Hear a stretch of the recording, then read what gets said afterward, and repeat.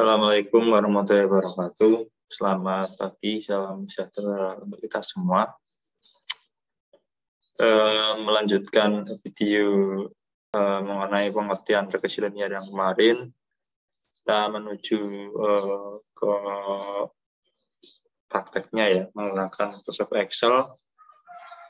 Di sini kita memiliki data, yaitu luas panen ya dengan satuan hektar dan produksi padi itu satuannya ton ya. Jadi kita melihat menganalisis sejauh mana keterikatan dua variabel ini ya. Ini ada variabel ini namanya regresi variabel. Ini adalah diharapkan nanti regresi linearnya regresi variabel sederhana karena hanya ada satu variabel bebas dan satu variabel terikat. Ya. Nah, ini bisa kita ganti X dan Y saja ya. Nah, seperti ini. Jadi ada 1, 2, 3, 4, 5, 6, 7, 8 data ya. Mana ini menyatakan misalkan ketika luas panen itu mencapai kurang lebih 1 hektar, produksi padi yang dihasilkan itu adalah 5,6 ton. Ya. Kemudian untuk 3 luas panen itu 3 hektar, itu padi yang dihasilkan itu sama dengan 14 ton. Dan ketika padi itu luas panennya adalah 1,2 hektar, itu menghasilkan 6,4 ton dan seterusnya sampai ke bawah. Nah, di sini kita akan menentukan nanti diagram pencar, kemudian regresi linear sederhananya, dan persamaan regresinya. Jadi kita hanya nanti outputnya kita menemukan sebuah model untuk dari data-data yang sudah ada di sini. Nah, untuk itu kita bisa memulai saja untuk yang pertama yaitu diagram pencar. Ini untuk menentukan kemarin di video sebelumnya itu diagram pencar itu untuk membantu ya melihat apakah ini itu cocok diterapkan ya regresi linear persamaan regresi atau regresi linear itu cocok diterapkan di data ini ya. Kalau di Excel itu seperti ini ya. Di blok dulu ini sampai sini, kemudian kita insert ya, kita pilih scatter ya. Nah, seperti ini. Ini yang A, kita tulis saja ini yang A.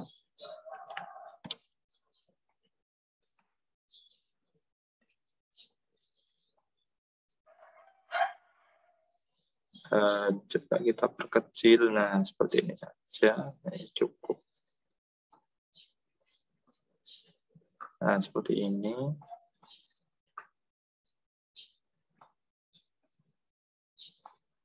Ini jawaban yang A ya. Diagram pencar. Kenapa disebut diagram pencar? Karena titik-titik di sini itu saling berpencar ya. Nah, kalau sudah seperti ini kan bisa kita lihat ya, apakah nanti ke depannya ini itu bisa diterapkan secara regresi linear ya. Nah, kalau kita buat semacam garis, nah seperti ini. Nah, ini terlihat bahwa titik-titik ini itu tidak jauh dari garis ini, garis linear ini. Itu menandakan berarti ini kemungkinan besar hubungan antar variabelnya ini mengandung ya istilahnya korelasi yang kuat ya antar variabel. Nanti kita akan ngecek juga korelasinya sejauh mana. Tapi ini kita ke regresi linearnya terlebih dahulu. Oke, seperti itu ya. Jadi ini kita tutup dulu. Nah, sudah ketemu. Kemudian untuk mencari regresi linear yang sederhana, ya kita perlu nilai-nilai X kali Y, kemudian X kuadrat. Ya, supaya nanti perhitungannya itu lebih mudah ya. Ini kita pindah saja. Karena sudah ini kita pindah saja di sini. Nah, seperti ini. Kemudian kita cari yang B ya, regresi linear sederhananya. Seperti ini. Nah, yang perlu kita cari adalah N ya. Kita cari N. N-nya berapa? N itu adalah jumlah datanya. Datanya itu adalah 8 ya. Ini 8, kemudian nanti ada sigma XY ya. Sigma XY kita bisa pakai simbol di sini. Tapi teman-teman kalau kesulitan mencari simbol karena ini tulisannya juga kecil-kecil, bisa pakai huruf E biasa saja. Asal disepakati bahwa E di sini itu untuk praktikum ini itu bukan error ya, tapi jumlah itu sigma di sini ada ya, sigma XY ya. Nah, seperti ini. Kemudian sigma X dikopas saja. Kemudian sigma Y.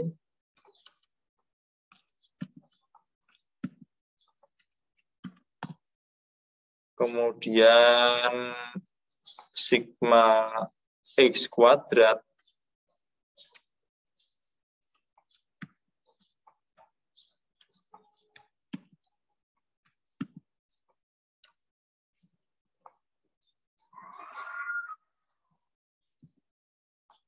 Kemudian apalagi di sini? Sigma X yang dikuadratkan. Sigma X yang dikuadratkan. Oke. Nah, seperti ini kurang lebih teman-teman ya. Jadi supaya kita nanti untuk memasukkan data ke formulasi ini itu nggak terlalu sulit. Jadi kita tentukan dulu dari awal nilai-nilai yang diperlukan untuk masuk ke dalam formulasi ini. Ya. Nah, untuk mencari XY kita berikan di sini. Ya. Sini XY. Ya. Berarti sama dengan ini ya, X dikalikan Y ya, bintang Y. Ini kan Y-nya. Kita enter. Kita drag. Ya, seperti ini. Ya, kita cek ke yang sebelumnya sama. Jadi ini untuk mengantisipasi kita cocokkan. Kemudian ini di sini berarti X kuadrat ya. X kuadrat. Di sini X kuadrat.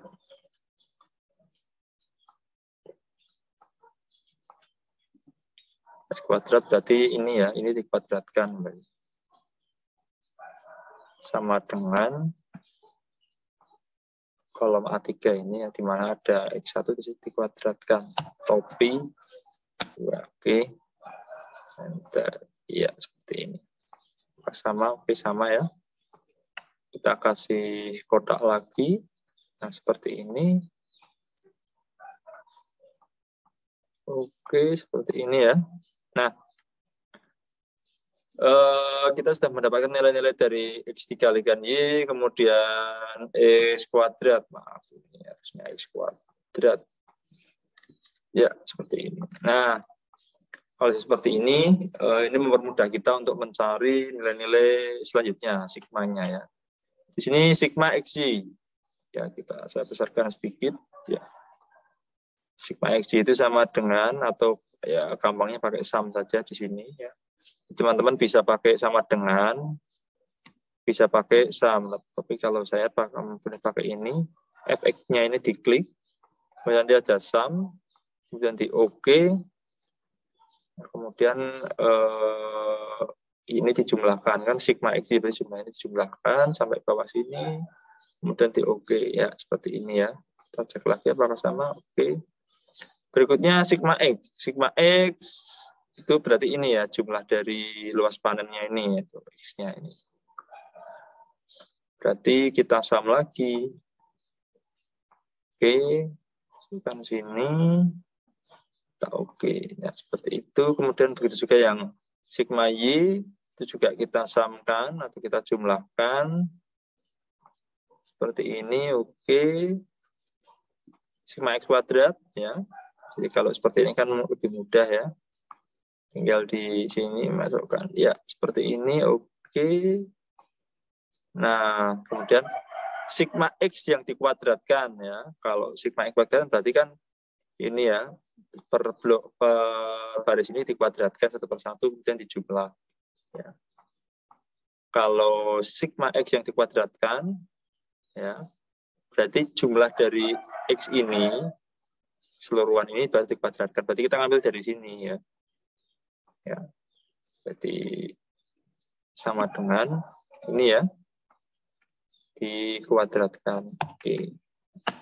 Nah, seperti ini kurang lebih. Seperti ini data-data yang nanti akan dimasukkan ke persamaan formulasi ya. Nah, kita cari B-nya terlebih dahulu. B itu berarti kan sama dengan N sigma XY dikurangi sigma X dikali sigma Y dibagi N kali sigma X kuadrat dikurangi sigma X yang dikuadratkan. Ya, berarti sama dengan N ya, kita kasih kurung saja. Nanti pada implementasinya untuk blok yang pembilang dan penyebut ini harus dikurung satu-satu. Ini ada kurung sendiri, ini juga kurung sendiri. Ya karena untuk menghindari salah hitung dari Excel-nya gitu ya. Biasanya kalau kurung-kurang itu akan kelihatannya sepele, cuman itu bisa mengakibatkan salah prioritas hitung ya. Karena seperti kita ketahui kalau kali dan bagi itu memiliki prioritas yang lebih tinggi daripada kurang ataupun tambah ya. Makanya itu kan kita kurung terlebih dahulu. Nah, kita beli kurung, kita klik ya ini N XY, berarti N ini dikali XY. Sigma XY berarti ini kurung tutup dikurangi dalam kurung lagi ya. Sigma X dikali sigma Y. Oke. Dibagi dalam kurung N kali sigma X kuadrat, berarti 8 lagi, dikali sigma X kuadrat, berarti yang ini, ya, kurung tutup, dikurangi sigma X yang dikuadratkan, berarti ini. Oke. Tutup. Dan kita biar aman nih kurung lagi aja.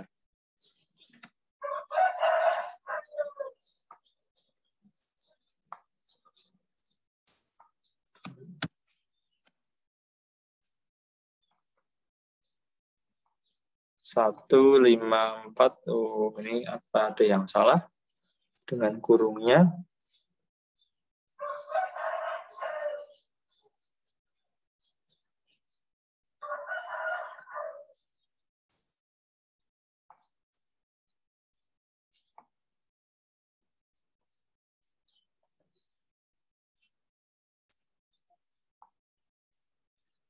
Kita cek dulu satu persatu.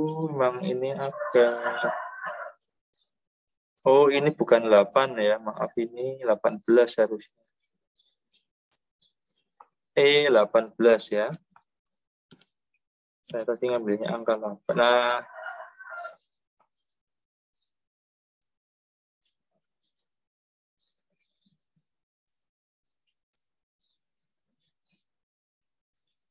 oh ini kurungnya kurang 1. Ya, ini kurungnya kurang ya. Cek. Ini. Jadi yang atas pembilangnya ini kurungnya kurung tutupnya kurang 1, sehingga akhirnya posisi ini dan ini itu langsung dihitung terlebih dahulu. Jadi ini sampai sini akhirnya dihitung terlebih dahulu ya. Padahal harusnya kan ini kita kurangkan dulu seperti ini, baru kita bagi oleh yang ini ya. Tadi karena ini kurungnya kurang 1 di sini, dianggapnya ini itu diprioritaskan untuk dibagi terlebih dahulu. Nah, baru ini, kurang ini, kurang ini. Jadi menghasilkan hasil yang salah. Ya. Jadi seperti tidak sesuai dengan rumus yang dimaksud, informasi yang dimaksud. Oke, seperti itu. Makanya pasti kita hati-hati dalam menggunakan ini ya Excel ya. Kita harus jeli. Oke. Berikutnya kita cari A-nya ya, koefisien A. Tuh. Intercept-nya ya dalam hal ini ya. Intercept-nya. Kita cari sesuai formulasi ini. Itu sama dengan dalam kurung lagi sigma Y dikalikan sigma X kuadrat dalam kurung tutup kurangi sigma X kurung lagi nih ya, jangan sampai lupa ya, kurangi sigma XY kurung tutupnya 2 kali ya, oke. Kemudian dibagi kurung buka lagi N dikalikan sigma X kuadrat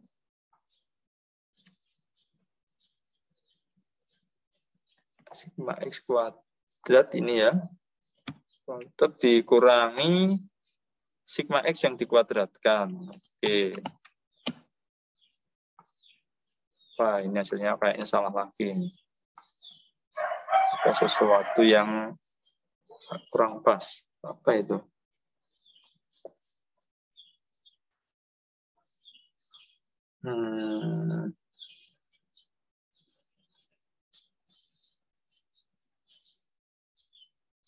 Ini ternyata bukan E21 ya berarti ya.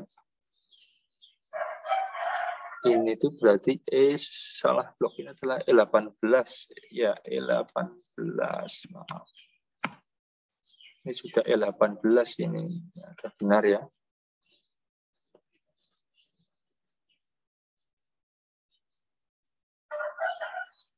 Wah, ini bukan dikurangi, salah ya. Memang harus teliti.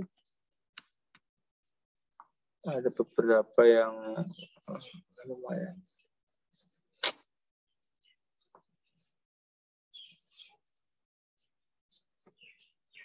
Dikali E22 ya. Memang butuh ketelitian. Ya, coba kita ulang dari awal saja. Ini sama dengan dalam kurung N ya. Nggak ada N-nya ya. Ya, nggak ada N-nya ini. Kita kan nyari A ya. Ya, ini berarti ya. Sigma dikalikan X kuadrat dikurangi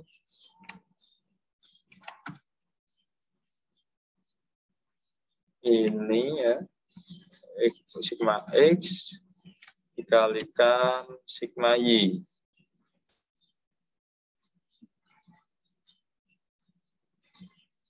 Dikalikan sigma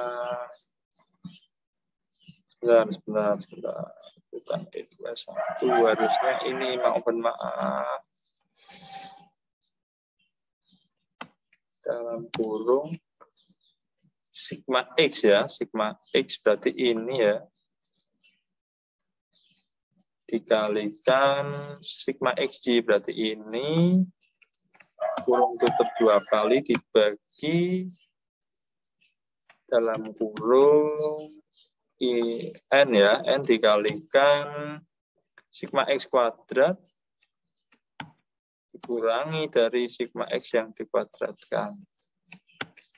Apakah benar? Jawabannya salah benar. Ya, ternyata tadi saya salah baca ya. Kita baca rumus yang bawah, bacanya rumus ini. Di sini A-nya adalah 0,327101, B-nya adalah 5,14639. Ya. Jadi kalau kita tulis persamaan linearnya adalah mengikuti ini ya.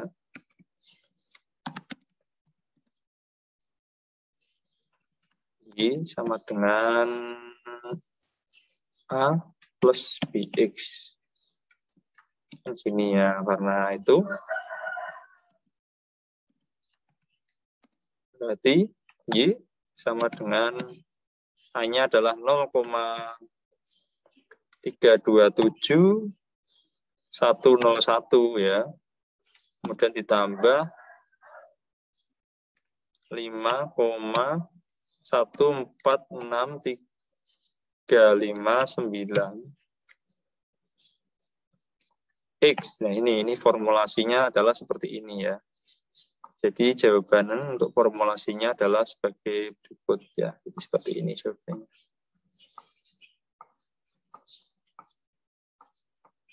Atau ini saya taruh bawah saja supaya tidak rancu. Nah, nanti biar teman-teman tahu.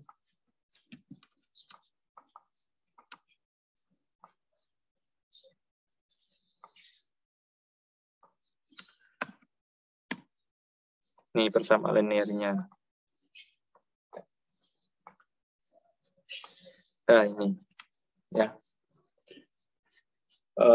Kemudian untuk deskripsinya ya, jadi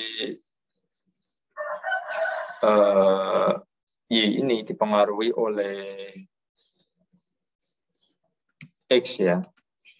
Deskripsikan, deskripsi itu biasanya terserah atau berhubungan dengan ini sih. Singkatnya seperti ini ya, bahwa nilai Y dipengaruhi oleh nilai X dengan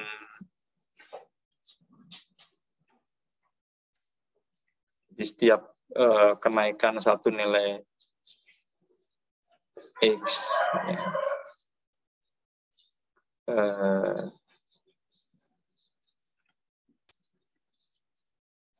ini aja dengan intercept ya, dengan intercept besar 0,327 101 ya.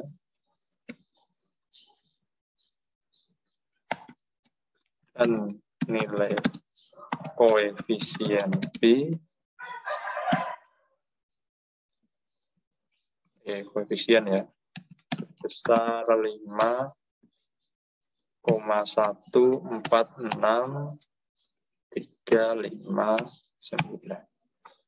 Nah, nanti kita akan mengetes ini ya, sejauh mana keterikatannya ya, keterikatannya antara X dan Y ini. Nah, di sini ada juga kalimatnya ya.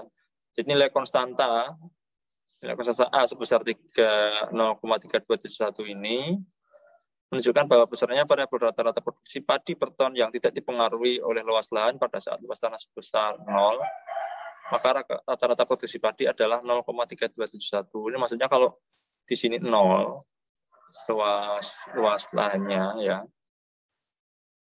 lahannya 0 berarti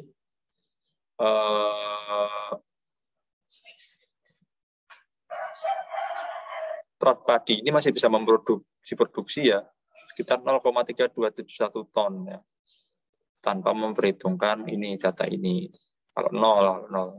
Kalau 0 kan ini dikalikan 0 berarti 5,146 dikalikan 0. Ya, jadi tinggal ini nilainya.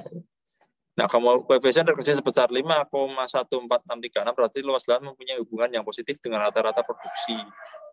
Karena bernilai positif setiap peningkatan sebesar satuan lahan, maka akan berpengaruh terhadap peningkatan rata-rata produksi sebesar 5,14636 satuan. Jadi maksudnya ini kalau positif itu kalau yang X-nya naik, Y-nya ikut naik, itu namanya positif itu. Hubungan yang positif. Kalau X-nya naik, Y-nya turun, itu berarti hubungan negatif. Itu. Misalkan vaksin ya, vaksinnya naik, kasusnya turun, itu berarti hubungan yang negatif. Ya, kalau ini kan luas panen itu ya, karena kan ini positif, ini bukan negatif, ini plus kan tandanya kan, plus 5,14636 ya. Jadi kalau luas lahannya ini naik, ya produksi padi kecenderungannya naik, itu positif. Makanya linearnya seperti ini, itu kan naik ini. grafik linearnya adalah naik ke atas. Nah, kalau luas panennya turun, hektarannya, luas lahannya ini, produksi padi juga cenderung turun. Nah, itu namanya positif. Jadi sama-sama itu namanya positif. X dan Y sama-sama naik itu positif, X dan Y sama-sama turun itu juga positif. Tapi kalau X naik, Y turun, itu berarti negatif. Atau sebaliknya, X turun, Y-nya naik, itu berarti korelasinya negatif. Jadi seperti itu ya teman-teman. Nah, kemudian ada cara lain lagi yang mungkin lebih simpel, tanpa kita harus mencari ngitung-ngitung seperti ini ya. Kalau mungkin dirasanya, wah ini terlalu lama, saya pengen yang simpel, kita bisa pakai yang namanya di sini ada data analisis ya. Kalau di Microsoft Excel teman-teman belum ada, kita bisa pakai option ya. Kita pakai option, kemudian kita pilih apa ya kemarin tuh. Nah ini add in, kemudian nanti ada pilihan analisis Stolpak. Ya. Nanti ini diklik aja ini ya. Ini diklik aja. Ya nanti apa namanya akan muncul pilihan ya. Ini kan seperti ini ya. Kita bisa milih. Ya nanti bisa kita nah ini kan, nah ini analisis Stolpak ini kita oke. Nanti akan muncul di sini data analisis. Tadinya di Excel saya juga belum ada data analisis ini, tapi ketika tadi mengaktifkan aktif analisis Stolpak, ini jadi muncul di sini. Nah, ini kita klik saja. Kemudian di sini banyak sekali pilihan-pilihan untuk menganalisis data. Kita pilih yang regression ya. Kita oke. Kemudian kita masukkan inputnya, Y-nya ini sini, input Y range ya, berarti di sini ya kita klik Y berarti yang ini, yang produksi padi ini kita drag ya dari atas sini sampai bawah sini, 8 data tadi kita enter. Kemudian X-nya juga sama, kita ambil dari sini. Kemudian juga kita enter ya. Nah, nanti output range kita taruh di sini saja. Tidak jauh-jauh. Supaya kita bisa membandingkan nanti ya. Bisa aja. Enter. Kalau sudah kita oke. Nah, kita lihat teman-teman. Ya. Di sini terlihat ya bahwa intercept-nya atau coefficient untuk intercept itu sebesar 0,32710084 ya. Jadi hampir sama dengan perhitungan kita. Nah ini. Nah, sama ternyata ya. Ini ya, kita blok dulu supaya lebih kelihatan. Dan ini ya. Nah, ini kan sama. Sama ya. Kemudian yang untuk coefficient B ya. Ini di sini ya. Ini juga sama ya, kita warnanya ganti aja biru, ini juga biru. Oke. Sama ternyata ya. Sama. Jadi itu ya cara mencari model ini ya. Jadi kalau sudah bertemu seperti ini, nanti X ini kita ganti bermacam-macam angka ya bisa ya. Misalkan kalau misalkan luas panennya itu di sini kan belum ada 2. Coba kalau 2 hektar itu berapa? Jadi kita masukkan aja ya. Y di sini Y sama dengan ini saya kopas saja lah supaya gampang.